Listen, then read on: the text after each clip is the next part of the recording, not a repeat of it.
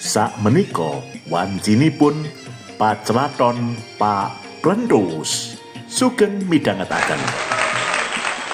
Bune, sampean ngerti gamelan apa ora, Bune? Lah yo ngerti ta Pakne. Lah bapakku mbiyen kan wiyaga. Jajari saiki aku takon, yen gamelan gong kae lho, digawe saka apa ya, Bune? Lah Pakne, jelas wesi kuningan to ya.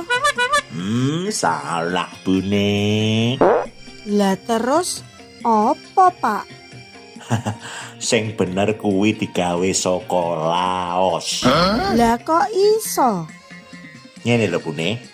Lah nek pas aku mangan brongkos ngono kae contone. Tak batin wis iki engko daginge tak gawe gong. Lah jebule udu daginge, Bune, nanging laos. Mbah Pak